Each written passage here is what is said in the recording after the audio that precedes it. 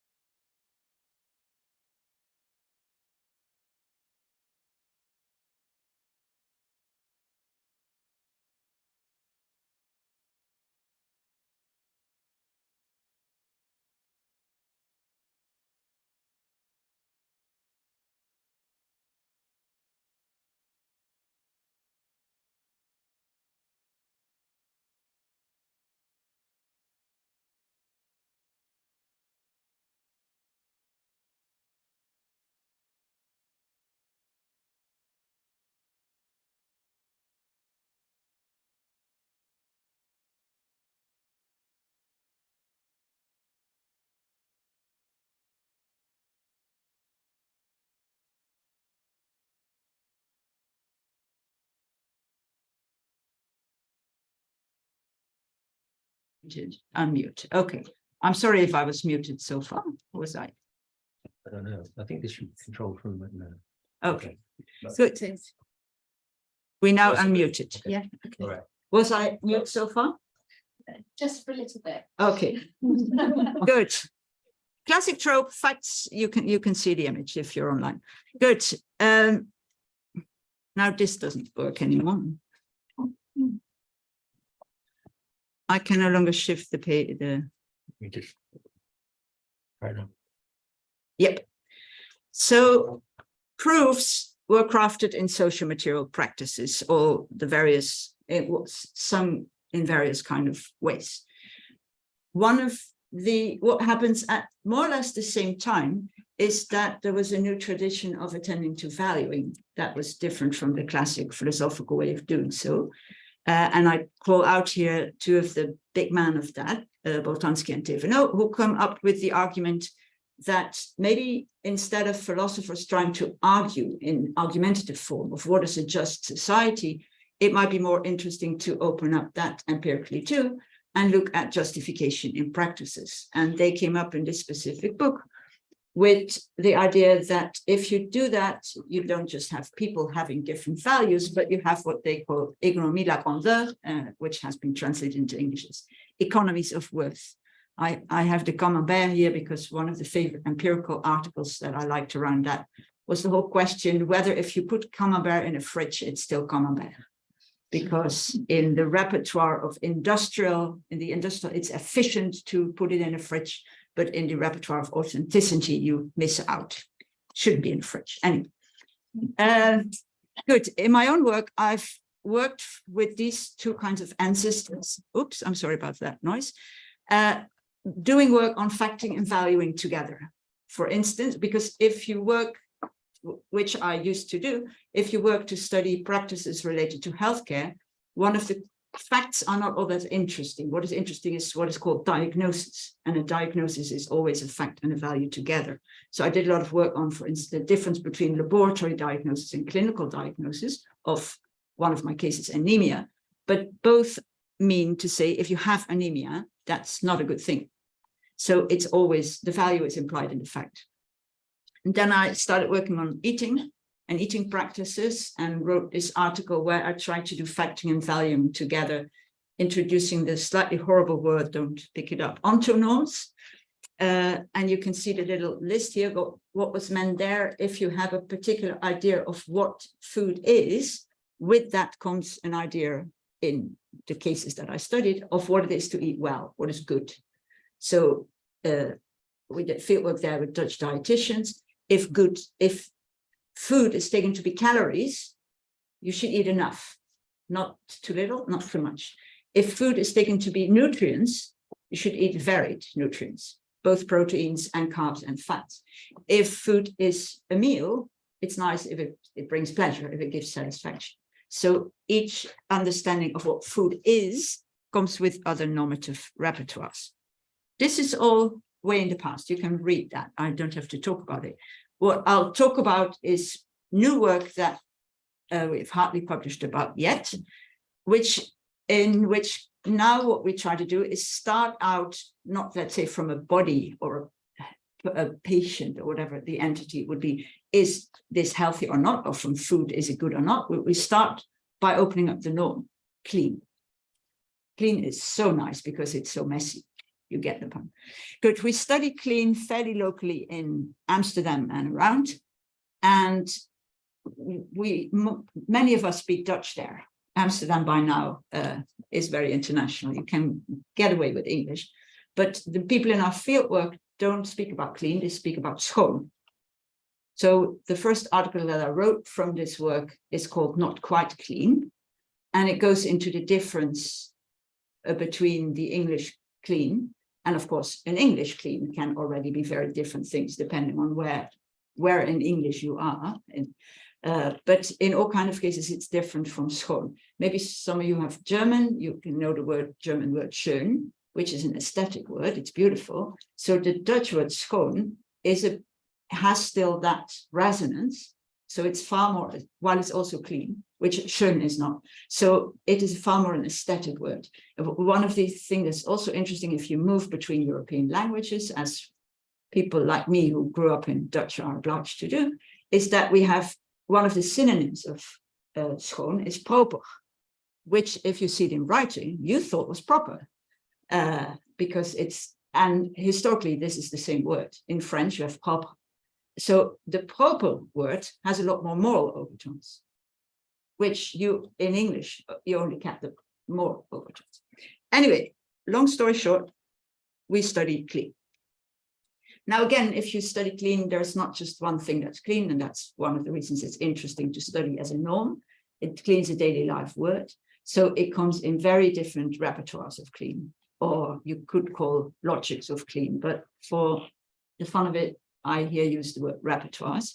And the most pressing and important ones that flag up immediately is if you study clean in various kinds of practices, is hygienic clean, which we all got bombarded with a lot more over the last few years.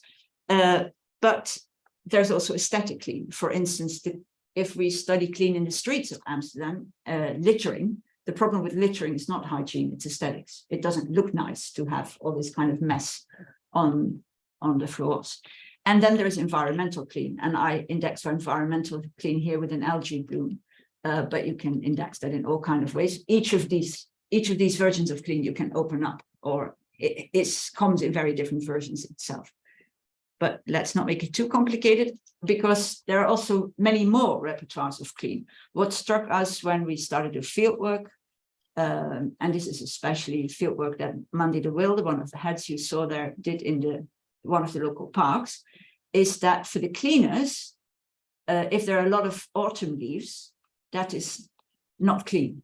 And you can walk around with a person in the park who says, look what a beautiful colors. So it can be aesthetically appreciative, but both bicycles and people on foot will slip on it, and that's dangerous. So it's its own kind of unclean. So as soon as you look at clean, not in the dictionary, but in the practices, you see very different things done as categorized as clean. We are now working on water, and then you have immediately things like low nitrogen and low phosphorus as high on the list of concerns of what makes water clean. You can put in a few other chemicals, but what is also interesting in water is that the kinds of clean that the people whose job it is to work on clean water, they have human-centered other types of words, drinkable or swimmable, and those are versions of clean, and they're each time different. And they all come with other complications. So an hour is not enough, but we'll go through that, because added to that, of course, clean is not the only good that's relevant in the kind of practices we study. As will not surprise you, cost is there all the time. It's not all about money, but there is money going around. But there are also things like cleaners cannot work endlessly until the city is clean. There are fair labor hours. There's often a time in sort of tension with energy that cleaning costs. And of course, you can say energy is another good, but of course, energy is often also dirty air. So there are sort of tensions between clean streets and dirty air. And there is the functionality of good products. I mean, companies can defend the fact that they dirty the water by saying, but what we make is a useful functional product. Again, this is an open list. Now, if you look at the classic trope, let's go back there, of how goods relate. I said earlier, we talk about, then the classic idea was there are values in the plural, and they are of subjects, and they're weighed in arguments. And so that values are, that there are many, that doesn't come as a surprise to classic philosophy or to political philosophy, because politics is all about handling the plurality of values in depth. Politics is not all about that in practice, but that's the traditional philosophical idea of what politics would be. It would be handling clashing values. And how do you do that? Ideally, in an argumentative way, by balancing pros and cons. And you may have gains and losses, and you have all kind of lingo around that, in which, for instance, the word trade-off is important, and you keep encountering that as a term. And this then is supposed to happen in two sides. One is within the subject. So I am supposed to balance off whether I clean my hands and dirty the water, or I keep dirty hands. So that's is a constantly projected idea upon how a subject is supposed to work, that we would sort of balance within ourselves between various goods. And there is this whole idea that politics would be about about meetings where people collectively let good clash. That's the classic idea. You already know where I'm going. I'm going to ask, is this an idea that we should celebrate as an ideal, or maybe question as an idol? That works nice in English. Sometimes English works nice. Now, actually, a lot of the people who in and around social studies of science have geared towards politics have either implicitly or explicitly used this model of balancing goods in public as an ideal. And they had different ideas for how it should be done compared to traditional politics. But there was this whole idea that what social scientists can contribute is an articulation of concerns, so that we have the concerns articulated and they can be moved to some public forum and they can be discussed, and what a public forum is and what it should be and how it should look. That there's a lot of discussion about that, but there is a basic imaginary of discussion, and that would be linked with democracy, because then different types of subjects would be called upon to weigh in to the argument. Now, I wonder whether what that hides, or a typical type of researcher instinct, if something as a researcher instinct is something is flagged up as an ideal, that is for good reasons, but it's then also good if we all do that, if that's what we're after, what do we forget? What do we not see? So, and I'm not saying that that ideal is obsolete or that it shouldn't be done or that it's not good in very many cases, but I take the occasion to start doubting it and to see what we don't see if we're trying to make ideals discussable in public fora. Now, what I will do is give you a few snippets of ethnography, so not a sort of contained, this is our cleaning culture in Amsterdam, whatever, but snippets of ethnography that all sit slightly badly in different ways with the ideal of a balancing of goods. Yeah, that's where we're going. Let me see how still have time for that, huh? Good. The first problem with balancing goods is that when we started to work, and this is work of Ignace Schoot, one of the other people whose hat you saw earlier, he started to work with street cleaners. And one of the first things we hit up against is that other people, in a humanist understanding, if you clean the street, you might be able to try to achieve your ideal or your value of cleanliness. And what struck, and then you could have critical suspicion, people just work for their money. But we found something entirely different, which is that quite a few of the cleaners were quite exasperated about the fact that they can never clean the street up to their own values or their own ideals, because they have to move on to the next street. So the managers the municipal managers have to, or it's what they do, somehow balance cost with how clean the street is. You cannot sort of make the whole city of Amsterdam totally. You can do that in some other cities, but not in that kind of city, in this with cleaners. So then they give people a certain amount of time to clean a certain amount of time to clean a set of streets. So the cleaner, the manager can balance. They can sit there and say, okay, we do this kind of costing for that type of neighborhood. But that's not what the cleaner can do. What they do, most in our field, is they accommodate. And they say, well, at first I would lay awake at night. And now I no longer do. I just try to do the best I can. So they have that kind of story. And then it's my time off. So that's not balancing. That's trying to somehow live with the tension. Second example. You can look in science and technology traditions also at the kind of goods or the values done by different cleaning tools. So you see above the grabber, the waste grabber, and that is a tool that has a specific incorporated value, you could say, or that what is a cleanable entity in the world. So with a grabber, you can pick fairly large pieces. You cannot pick fluids, for instance, with a grabber. If there is, so this is different for a broom. You can see a cleaner with a broom there. A broom can get fairly good in gutters, for instance, and is visible effort, which sometimes is appreciated by some people, but it works slowly. And then the sweep trucker works very fast, but misses a lot. Now, if you have a sort of cosmology of we have to balance the values, you might say, what is more important? But if you look at what the cleaners do is to not balance these things out, but combine them. So what that is both happening with clean, and of course I study the case also to see that will also happen in a lot of other sites and situations where there are different goods at play, is that the people who on the ground do not do the balancing acts, they find some way of combining. And then there is what I could call eluding. Now, Amsterdam is ruled by, how to say that, ruled by a nice left-wing, what is it, government, local government, and they want it to be equally clean in every neighborhood. They don't want what by tradition there would be some richer neighborhoods cleaner than poorer neighborhoods. That's really that they don't want that. So the idea is, how do we achieve that?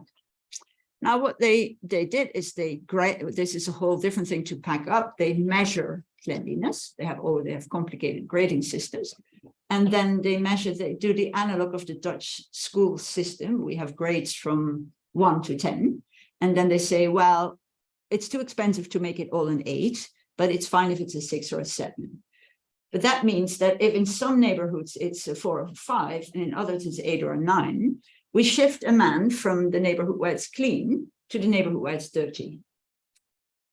Looks fabulous on paper. What happens? Ignas, our on-the-ground researcher, is trying to really do his best to work with the cleaners to show that maybe he's from the university, but he can clean. And they tell him, ho, ho, ho, boy, don't go so fast. And he starts to ask, what's the point? It shouldn't be too clean here, because otherwise they shift a man. And then we lose a man, and we have to do the same work with fewer people. So we keep it at the 6, 7. So this is, of course, totally, how to say that?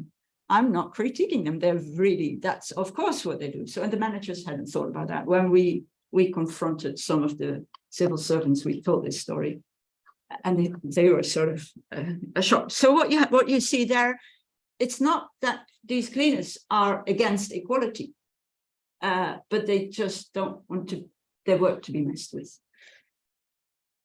So they elude the outcome of the balance. Now, this happens in all kinds of other ways as well. And that wouldn't surprise any of you who has done any fieldwork on anything ever, is that balancing and making a decision doesn't mean you achieve it. And one of the examples that we found in I'm going to give you now is that in the same proper good governance, the idea in the municipality was we do not want to poison the whole city just to clean it. So we go low on soaps. So we don't use all kinds of toxic soaps anymore to clean. Even something like graffiti, we have to do in another way. So they found companies to subcontract who do not use toxic soaps, but who can use hot pressure water to clean away the graffiti. Mandy, good ethnographer, was watching that. And what she saw is 2 things. One is that the paint of the benches got peeled off, which means 1, paint in the environment, toxic. 2, the benches will deteriorate much faster. What she also saw is cigarette butts that disappear in the bushes and are no longer easy to reach for the man with a broom. So the environmental clean was the ideal. It had came out of all kinds of deliberations. It was the decision, it wasn't achieved. This happens in all kinds of other ways, as you know. This is a very recent one. I took that photo of the open bin last week in Amsterdam when I was making a straw. What has happened? The idea was we have too much litter. And one of the things that littered in the town is drinking cans and plastic bottles. So the thinkers got together and they decided that we would have deposits. So they rolled out as an authority to the retailers that they had to deposit deposits on bottles and give back deposits. So that means if you buy a plastic bottle with a soft drink or water, you pay 15 cents extra. And then if you hand it in, you get your 15 cents. Now, what happens is that 15 cents apparently is for many of the people who buy these kind of bottles of drink, not serious money. So they throw, and it's a fuss to go to the retailer, so they throw the bottles in the bins. But if you're a homeless person and you don't have a lot of other jobs, getting a bag full of these things is quite interesting because you can buy your beer or your cigarettes or whatever you want for your banana. So what happens is that people start to open up the bins to get it. So it's a mess. So I spoke with a few cleaners who were trying to do that mess. They said it's a lot more work. We now have to, every bin, almost every bin, it's not every bin. I had to look a bit for my photo for, but very many of these bins, you see that they're opened up. So then what has also already happened in the city center is that they have what Bruno Todt have called a counter program. They start to build things in which you can put your bottle or your can, if you're a drinker, to give it to what I hear called the gatherers. You give it away. If you say, okay, I don't need the 15 cents, I put my bottle here, and then somebody who needs the money can take it and bring it to the supermarket. I'm very curious where this will go. Ask me in 3 years' time. No, don't. But the theory point for now is that just making a decision about something is never good enough, because in the real world, always unexpected things happen. I mean, this is sort of the other bit. I thought the managers were a bit stupid to think that the cleaners would not be clever enough to not wanted to have a man less. But this one wasn't that easy to see that this would happen, but it happens. So every decision comes with a, almost every decision comes with an unexpected thing. What is more, there are far more sort of also technical problems. In this case, you can start to tinker a bit, and at some point, I trust the powers that be that they will find some doable solution. This one is Evrim, another team member, is looking into this. What everybody would like, the decision is a no-brainer, is having drugs, pharmaceuticals that are environmentally clean. So if you swallow a drug, it starts to work in your body, but then you pee it out before it's finished working, and it starts to work in the river. This is not something that wastewater treatment plants retrieve. It flows out. It may gradually decompose. Some drugs do, some do not, some do slower, some do faster. But technically, for very many drugs, having something that is effective in a human body, but then breaks down very fast in wastewater and is not effective in fish or whichever other creature there, is something everybody would decide, but they just can't do it.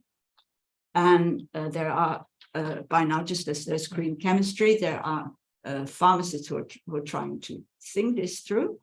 Even the model, the thinking, what should it look like, they don't quite have yet.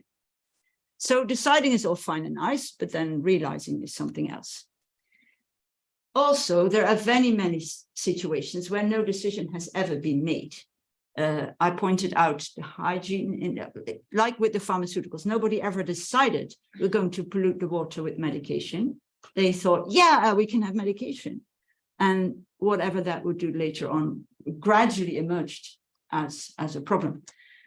But this also goes for other things in healthcare. There's lots of things in healthcare that have grown out of the sheer joy of being able to prevent people from dying, or from like washing hands, from passing on infectious diseases, that nobody ever decided, but they do come at the cost of environmental cleanliness. So the COVID, the first month lockdown photo that I made there on the street in front of my house was so clear case of that, but it goes on and on.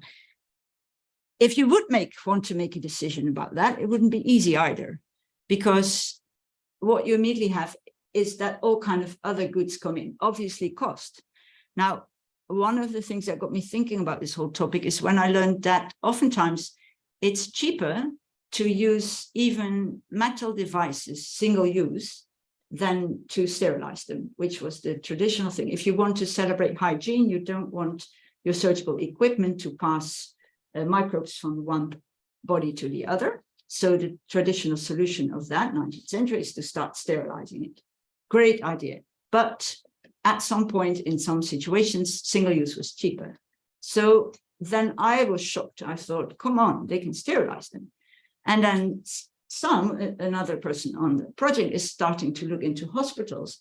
And he asked about that. And they said to him, oh, yeah, you don't, he asked, what is the footprint of sterilizing? And they told him, you don't want to know. Which is always, if your informants say that, something is going on. Because what happens with sterilizing is not just that you have to make a lot of heat in a very short time, but you also have to find some way to protect the equipment. And in some hospitals, they then may wrap it. This is on the photo, you wrap it in cloth, but then you have to throw away the cloth, etc. And so on. So the solving one problem may oftentimes come up with an avalanche of things that you haven't thought about. This is one of my pet examples. I was so shocked in this fieldwork moment.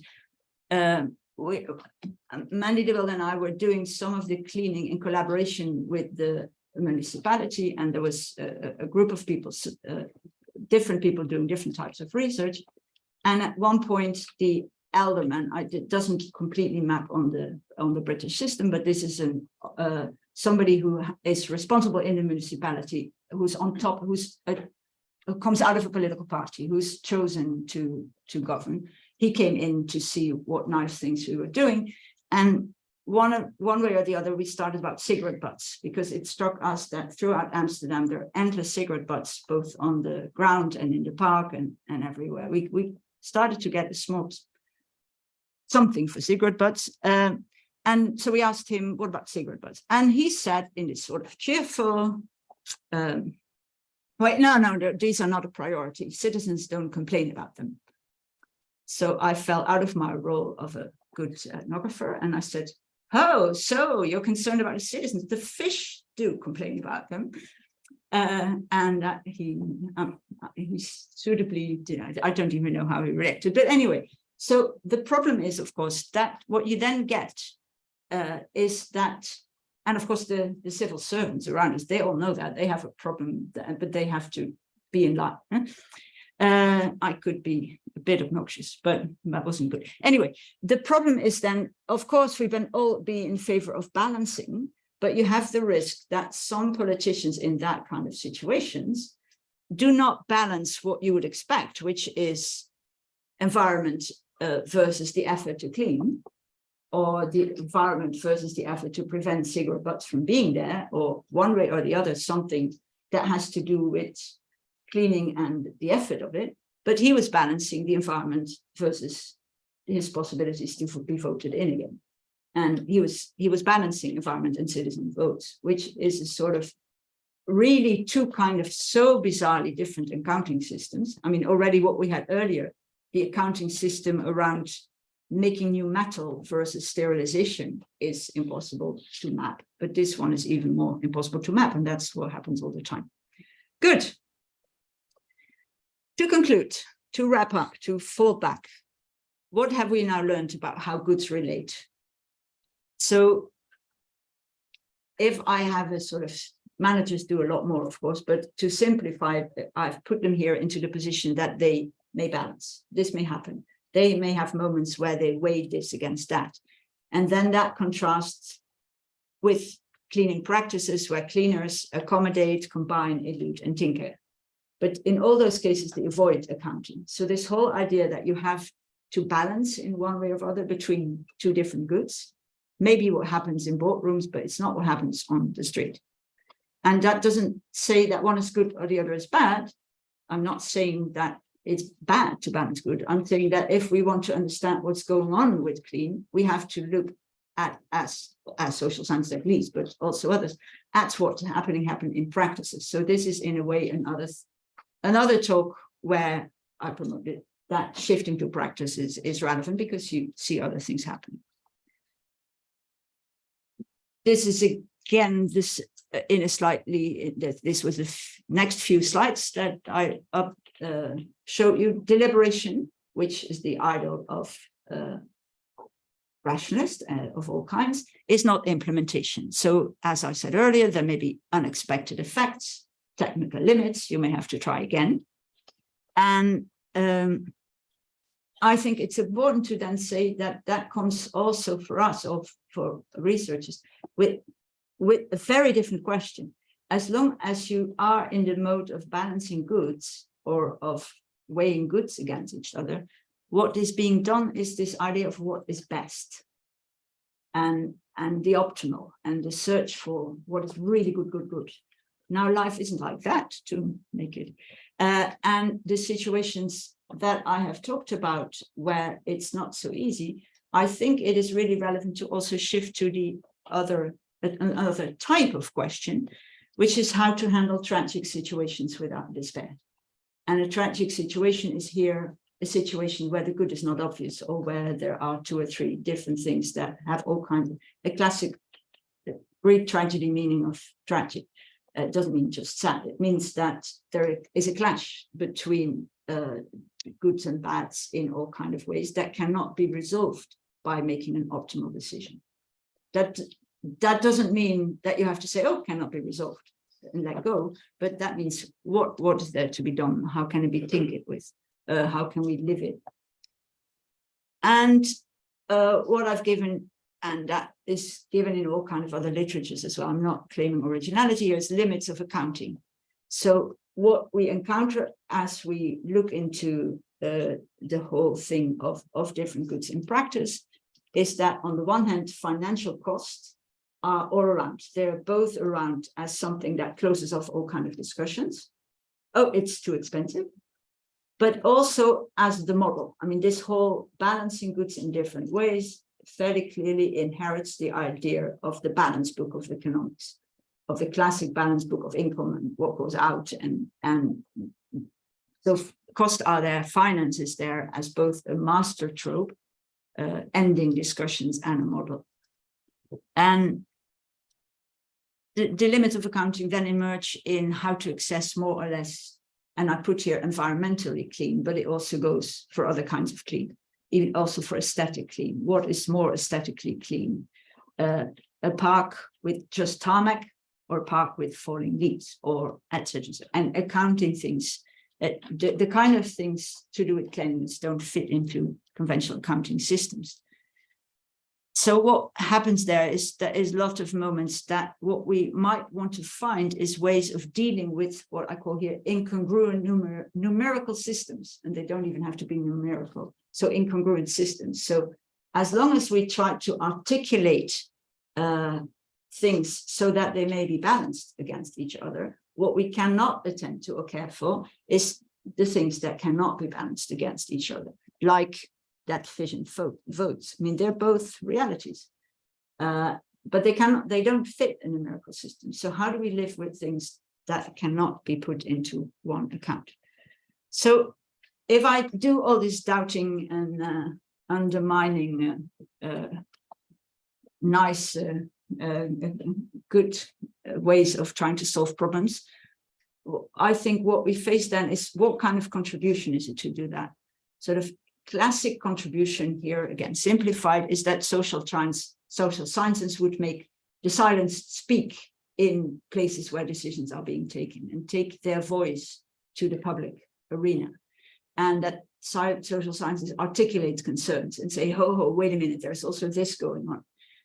And in this way, help transport issues to meeting tables and political deliberations. And I don't want to say we should stop that or something like that. That's a typical kind of contribution. I just think it's not enough.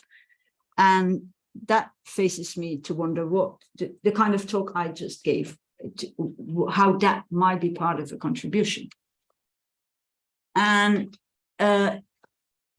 the first contribution, I think, so far, we will work more of this, is to point out the creativity of doing goods in practice, let's say, rather than making the silent speak to, if we work with the cleaners or see what they do in their practices, we see a lot of accommodating, combining, eluding, and tinkering, and they deserve to be recognized, I think, as creative ways of handling contrasting goods, and something to learn from. That might also be interesting in other sites and situations. Another contribution is to really think through what to do in situations where accounts and accounting, where accounts are not maybe, how to say it, what limits they have. So a few of the limits of accounting that we saw today is deciding it's not implementing. That's a limit of accounting. You can account and decide, but then you haven't implemented. There are lots of ambiguities and lacks of knowledge in this whole field, as in an example of that is, what about the ecological cost of throwaway things or sterilization? That can be opened up, but it isn't opened up yet. And oftentimes to open it up, you have to start doing it before you know, and start experimenting with things before you have answers.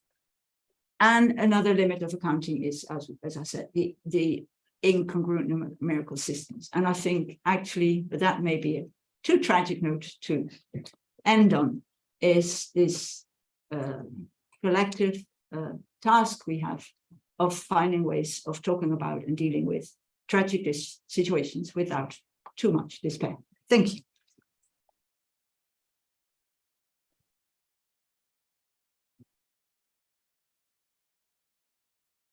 Thank you very much, Annemarie. That's wonderful.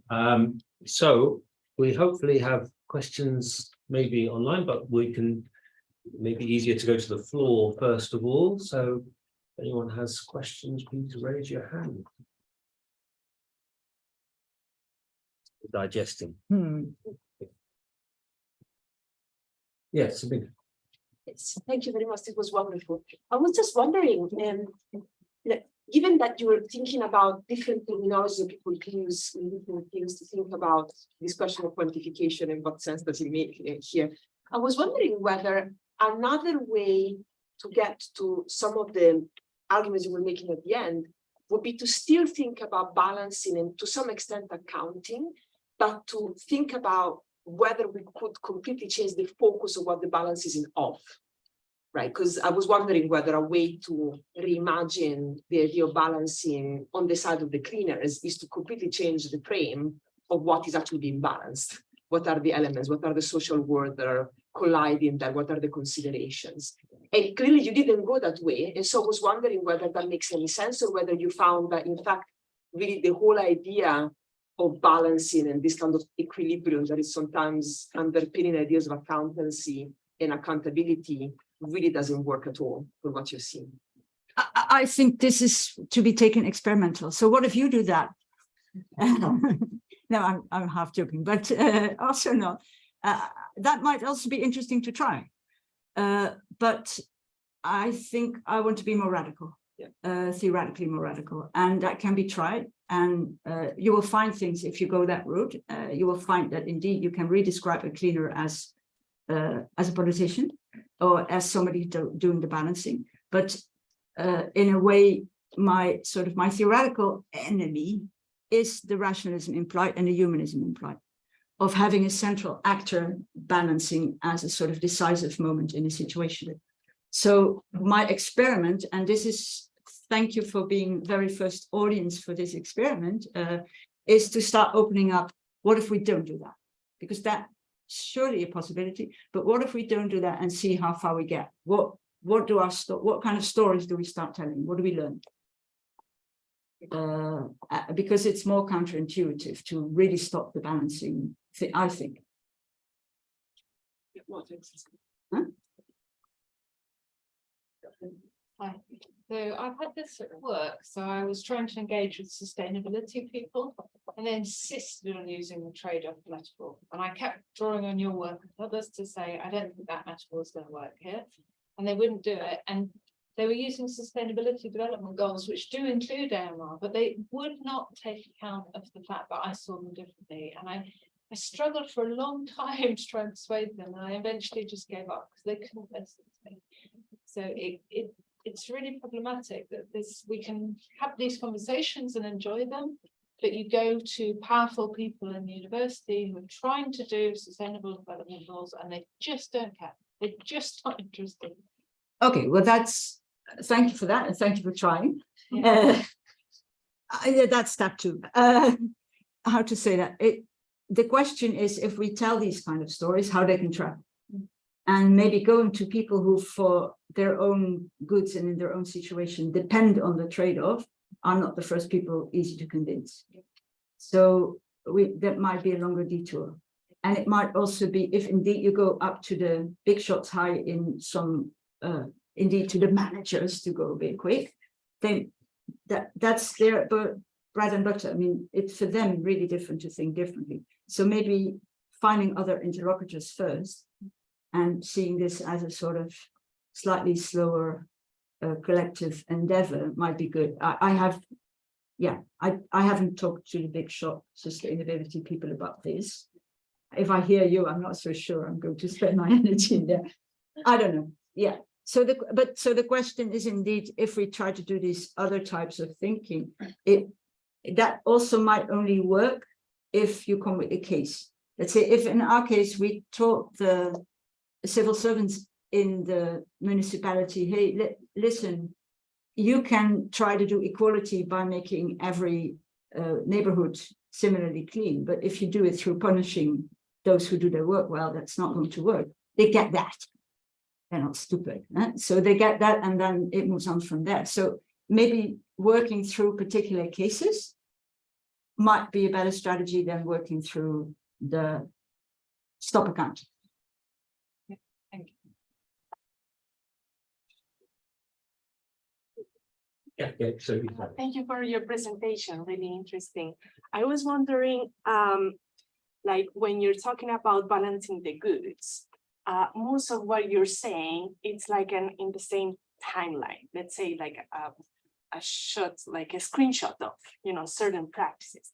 But what happens when you're like elongate, let's say, the timeline, when you're thinking about, practices as videos instead of, like screenshots? Like, I don't know if you could tell something. It's an excellent point.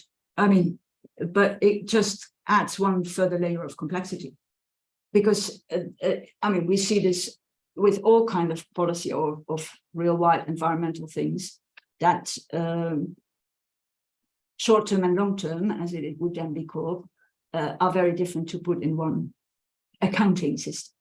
And that's the kind of things that are, it's like the alderman wanting short-term votes.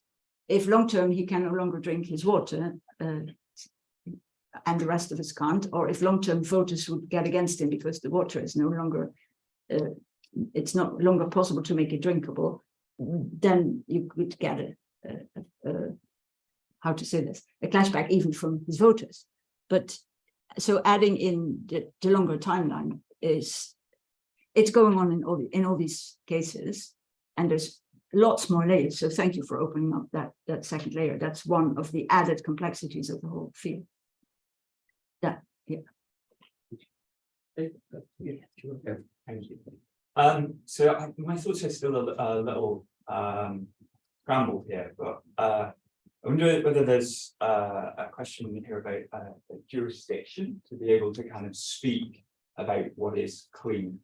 You describe the street cleaners being perfectly able to kind of deal with these kind of incongruent realities and merge them together quite comfortably. But the numeric systems are exceptionally bad at it. But the numeric systems are kind of designed to produce facts, right? This street is clean, this area of Amsterdam is clean, it is as clean as that area over there. And that it requires the street cleaners to basically not be able to say what's clean. The street, they have to kind of defer their ability to say. Well, they don't.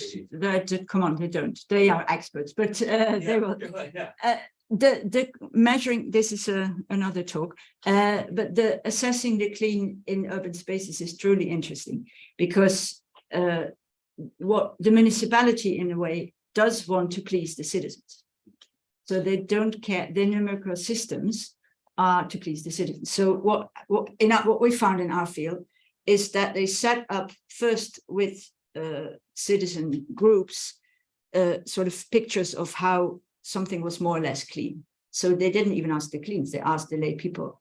And then that was too much work and too many social scientists for it. And then they started to do that in small expert group, and then they have all these measurements. And then they found out that people this is countrywide and different in different Dutch cities. It will be different in other countries. But citizens were not more satisfied when the numerical people thought it was more clean. And that was also very interesting, because then some people started to wonder, how do we know what citizens find clean? And we had this really savvy informant who then said, yeah, if you ask people at home, is your city clean? They're always going to say no, because they stepped in dog shit 3 months ago. If you ask them in the street, they're often going to say yes, because it's clean. So it really depends on how you measure that. And then, and this is a good one to remember for everybody who ever does an interview, where you do it makes a lot of difference. But, and then what they started to do, some urban places where they out-contract the cleaning, is to say to the company that does the cleaning, we don't care about your numbers, we want our citizens to be satisfied. So clean until the citizens have a say, give us. And then it turned out, and in some places at least, if you have the man with the broom during the day cleaning, citizens are far more satisfied than if you have the sweeping machine before they get up doing the cleaning, which would look more thorough. So anyway, the accounting system here is also not the same. This is one of the reasons it's such a nice field, is that there is no clear accounting. You may think that there would be accounting people doing a proper clean, but it's a mess. Even that is a mess. So that's, anyway, it doesn't very matter for my current argument, but don't think you can fall back on even counting isn't clean. It can't be done. I mean, it can be done. That's it. With the water, they also have a problem. They have problems with what to measure. When do you think water is clean?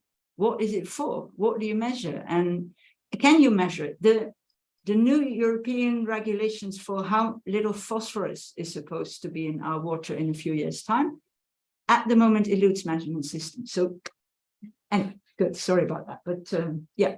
Can I just follow up? Is the Dutch urban politics system maybe draws you towards balance, but if you were in the UK talking about like what Catherine was in terms of antimicrobial resistance, it's quite interesting, because the real politics is not about balance at all. It's about the reputational risk of being found out to be responsible for something. So this is the great fear of, say, supermarkets now in terms of their food provisioning, is that one day someone will say, actually, you were responsible for that pollution event. Okay, so it's kind of a forecasting of responsibility into the future. So that's reputational risk. But then it's a kind of whole technology of comfort, which is not balance. No one thinks they're doing balance when they go and do audits of poultry or pigs or whatever and so on. They know that there are things they can measure to show there has been change, in order that then, if they are held to account in the future. But in some ways, I mean, it may be like the kind of analog of your cleaners. They know there is no balance. These are kinds of fudges and you know, accommodations and so on. But there's also a huge power game going on here, because there are commercial interests and so on who are working in this area of auditability and reputational risk, etc., who are playing this game. And in fact, that's the whole of politics in the UK in some ways. No one's really doing balance. This is about our Prime Minister's, you know, deflecting. If someone mentions the fish, they'll deflect to the 7-bin system that Nick was talking about, or something like that. There'll be these kinds of ways of throwing up or flashing lights at people to say, no, look at this. Yeah. But it doesn't feel like, I don't feel like I'm in a political system of balance at the moment. No one's attempting it. It's almost a political system of actually, what are the kind of headlines, the kinds of, you know, stuff that's coming up on social media, etc. So I'm just wondering about Deweyan sense of, yeah. Well, so it was a ramble, but you know this. Thanks a lot. But there's two answers to that. One is that my criticism is more the Deweyan system than the local politics. So this talk is a theory talk, so it's for us, so to speak. And it's this Deweyan system that also still is very present in the social sciences as a kind of ideal system. So my talk is in that sense, a philosophy talk. It's sort of an interference in a theoretical thing. That said, if I look at the political system, it really depends what kind of case you take. So if you take street cleaning in Amsterdam, that is not going to be deflecting responsibility, because indeed let's say the civil servants that I hear sort of may call managers, and they really want to do it well. They actually are trying to do it. They want to have a clean city, and they hit up against the fact that it's ever more difficult because there is a lot of litter.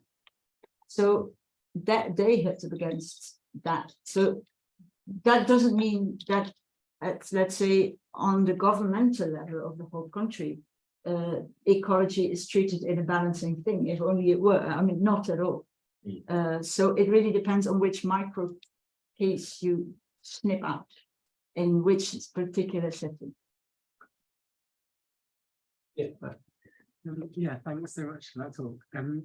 If I'm out on a field trip with some of our geography students, often they kind of lean to the language of clean or dirty when trying to describe places that are differently classed or differently raced to kind of their own experiences. And I guess I was just wondering that there's obviously all the kind of literature that picks up that. Is that a theme that is emerging in your work? Are those relevant kind of categories? How does that figure? I think in Dutch, that's far less how you categorize people. And I don't walk the streets with geography students in so I'm not so sure, but the clean dirty as a social categorization is so politically incorrect and it's also not the first association, I think. That said, I might do the experiment and see what happens. But that wouldn't be not that the Dutch students would be less classist than racist, but they would have other language for it, I guess. But I'm not sure. It's interesting. We might try. Between the repertoire. So even a dirty street, it's not dirty in the hygienic sense, but then you think, well, rats come, and then it becomes the kind of, so you get that narrative of if this, then this. Yeah, you can get that. Actually, how that gets linked into. They don't know they're doing it. No, but they kind of go to that language, and they don't realize they're using racialized language or class. Yes. Might be interesting to give them a class on a lecture on, or get them to work on cleaning. Laura. I was thinking about the ways in which theories of accounting and the histories of them are so bound up with theories of time, particular ideas of being able to stabilize things in linear time, I suppose. And I was thinking about your response to the question of sort of short-termism and long-termism. In a way, if you're wanting to kind of complicate accounting, maybe short and long term is not the way to think about it, because it's a sort of, there's a way in which, in environmental speak can say, oh, well, we're thinking long term as a way of doing injustice now. Well, you just got to put up with it because we're thinking long term, or you can flip it around, you do justice to the short term, you don't do justice to the long term. So I was just wondering if you could open up a bit about your thinking on time in relation to these. I haven't done any thinking on time yet. No, I would be curious if you have a good advice or where I could start. You're so right. It's a good point. But this is all really fresh.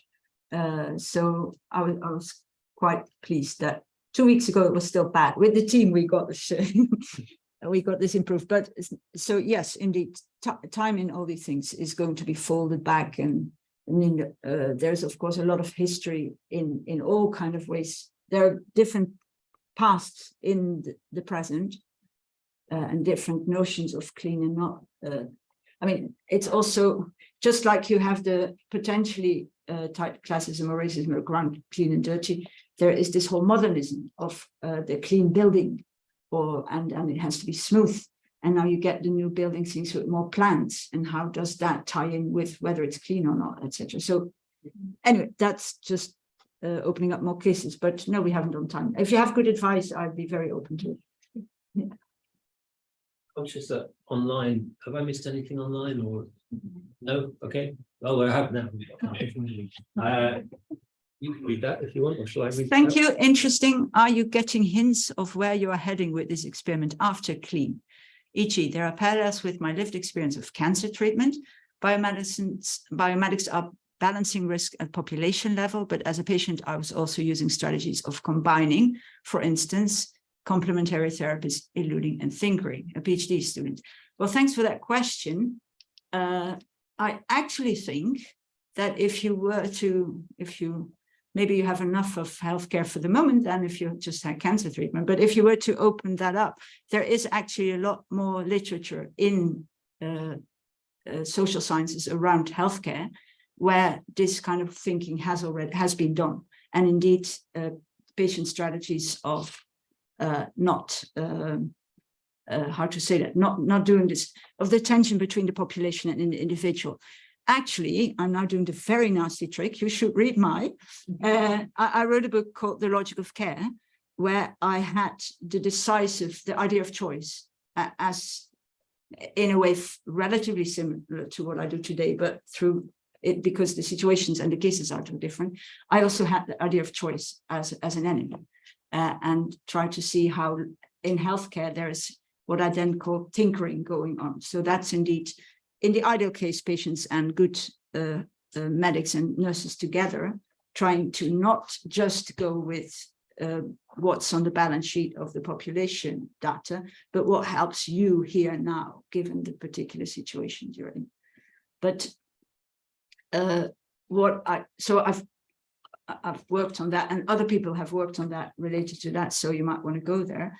So I'm not going there after clean. Clean is after, for me, in my biography, after that. But by looking at a slightly different case, I think that's a way of not doing the same thing, but getting very different stories and bending and letting the stories inform the theory in a different way.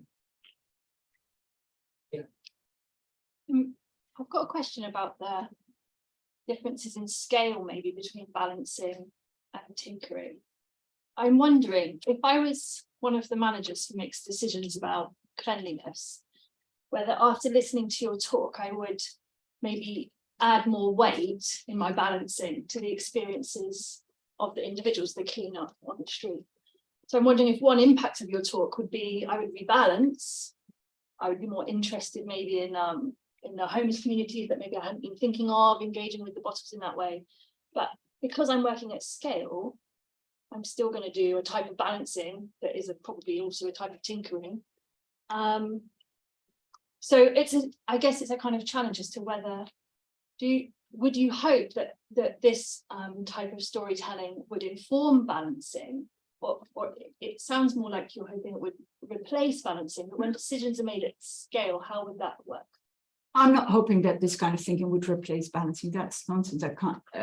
No. So if you were a manager and you would take this up to listen better to the people who have to do the work, that would be grand. It's a bit like what Catherine, I'm not so sure that would happen, but if that would happen, that would be grand. No, my talk here is not for the managers, it's for you. So the question now is not what should the managers do, or I could try to work that out. I mean, we do collaborate in the municipality. We do collaborate at the moment with people who are working in wastewater cleaning. So, but if I would give a talk for them, I would give a very different talk. I wouldn't give this talk. So this talk is for you. So it is a talk for all kinds of diverse social sciences and philosophers who are interested in what we do with our findings, and do we try to build them up in such a way that they become balanceable. Do we try to, how to say this, feed Dewey politics? Or do we try to open up other things that are also going on? And then the next step is, what do we then do with that? And where do we go with that? Now that's for us to then collectively find out. So that's not where my talk is now going. So I'm, how to say that? I'm glad I'm not a manager. So I would find it, of course, people some in that type of position have to make a decision and try something. But then again, I'll tell you an anecdote. This is 30 years ago. I was just starting to work on this book, The Logic of Care, and contrasting managing at that in a talk for a group of medics and also managers of a hospital, contrasting managing with caring. Afterwards, I thought one of the medics is going to talk to me that this is just what clinical work really is about.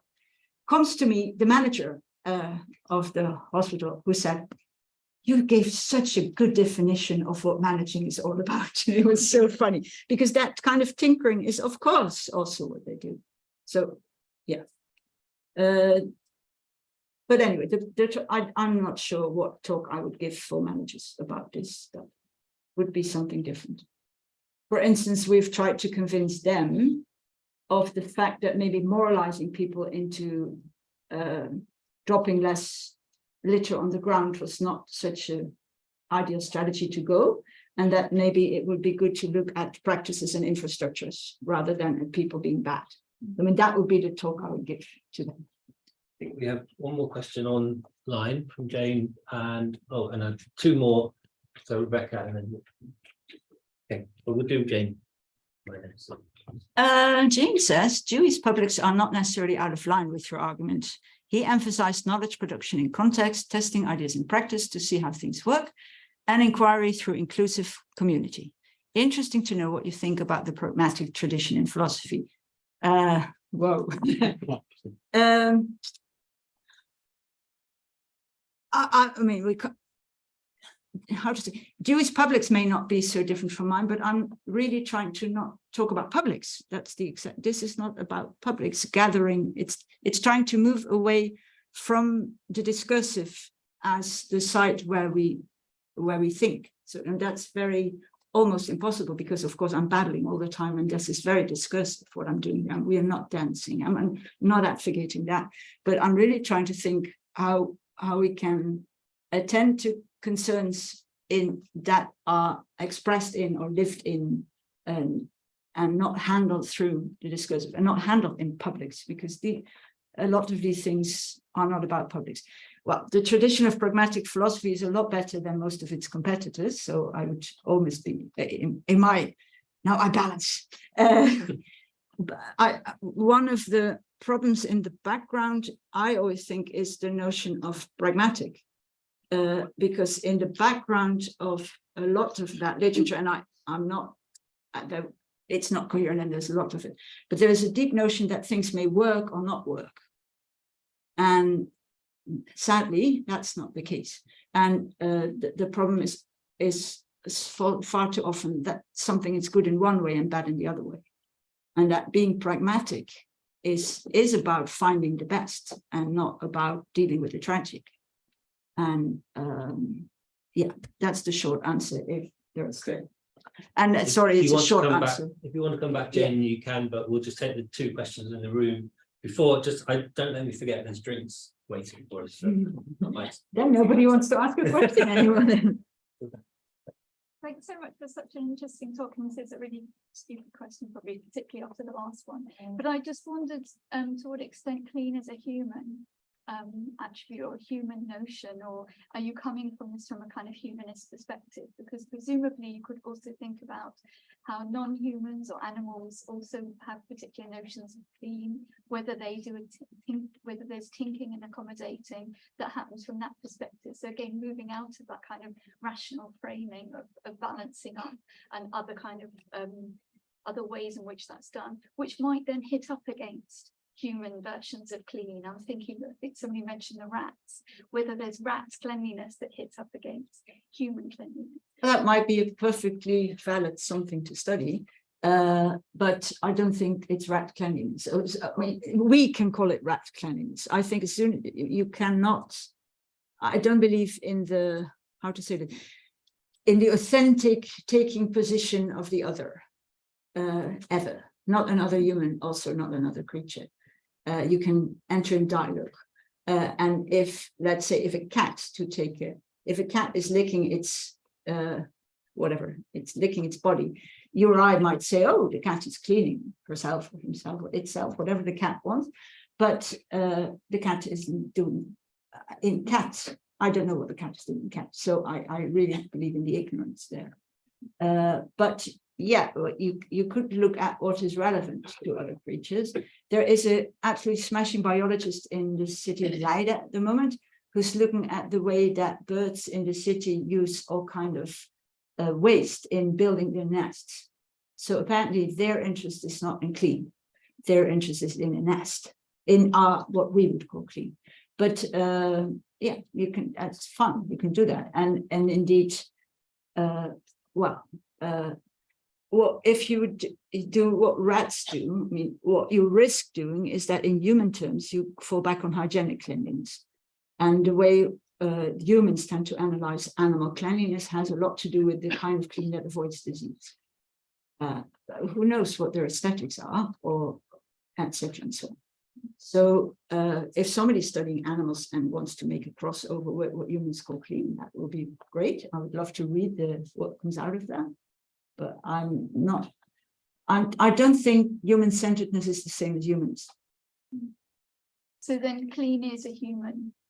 I speak English. I don't speak human. Mm. I may speak Dutch. I may speak French. I may speak German. And that's about the limit. But I don't speak human.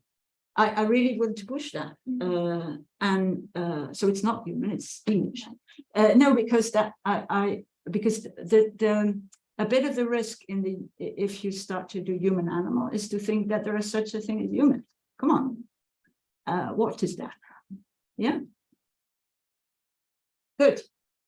One question here. Jane has responded as well, but very quickly. But okay, please. Yeah, so my question actually relates to the previous question, and I'm thinking about the vocabularies that we use. I come a bit nearer because my ears are hearing. I've got a microphone. Do you want? No, it's fine if I stand here. Yeah, so I'm thinking about the vocabularies that we use to describe different practices or phenomena. So you mentioned cleanliness in the urban environment. So there's a kind of, I guess, like urban concept of cleanliness that is being invoked. And that contrasts with, I guess, ecological cleanliness. And you provided the example of the leaf litter. So in the urban environment, that might be considered, clean, but ecologically, removing, I guess, the leaf litter would be not beneficial to the kind of local flora and fauna. And I'm wondering whether cleanliness as a concept is being done differently when it's being invoked in different ways, or are these different phenomena?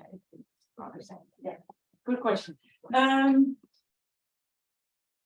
So how to say that? If we take the leaves as an example, I like the leaves on the tarmac. So if you have leaves in the park, if they fall under the trees or in the, what is it? Well, not in the grass is the middle case. If they fall on the sand, I don't know the word in English for the specific technique, then they're not dirty. Then they're taken up by the worms into the ground and they're digested and they become food. If they are on the tarmac, they're dirty, because they're slippery. So they are dirty in the sense that they are cleaned away by cleaners. If they fall under the grass, then they're a mixed case. Then it depends where on the grass it is and what kind of leaves they are and how big they are and who considers them dirty or not dirty, or whether they're aesthetically unpleasing to some people. You can see also in gardens, some people would take the leaves from the grass and not, or they might not be dirty, but they might smother the grass. So indeed, if I get your question well, it's always specific, and it's always specific to a particular practice. Because if the tarmac wasn't used to bike or walk or otherwise for having people go on it, then it wouldn't matter that there will be slippery grass on them. So it's a relational problem. And one of the fascinating things with clean, it's also not always clean is not always good. So that's the other thing. If you have a totally, let's say indeed, if you would pick all the leaves before they fell, as you rightly point out, that wouldn't be good for the tree. And there are many other cases where too clean is its own problem, or where clean becomes as you know, from some buildings, you come in and you think, ugh, this is too hygienic, etc. So one of the things with clean is that you never know what it is. That's why it's so fun. I love studying something that is each time something different and a different comes with different concerns.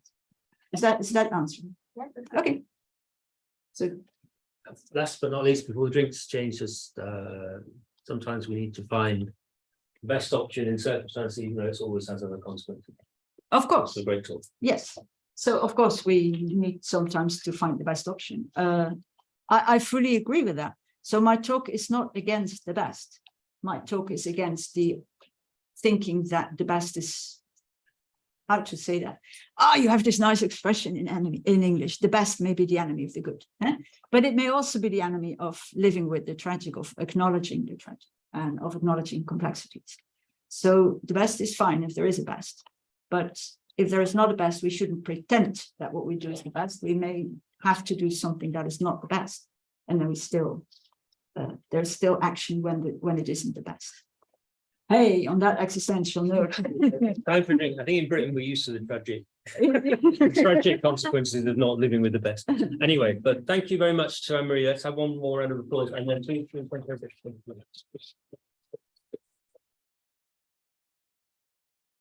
Looking online for everyone.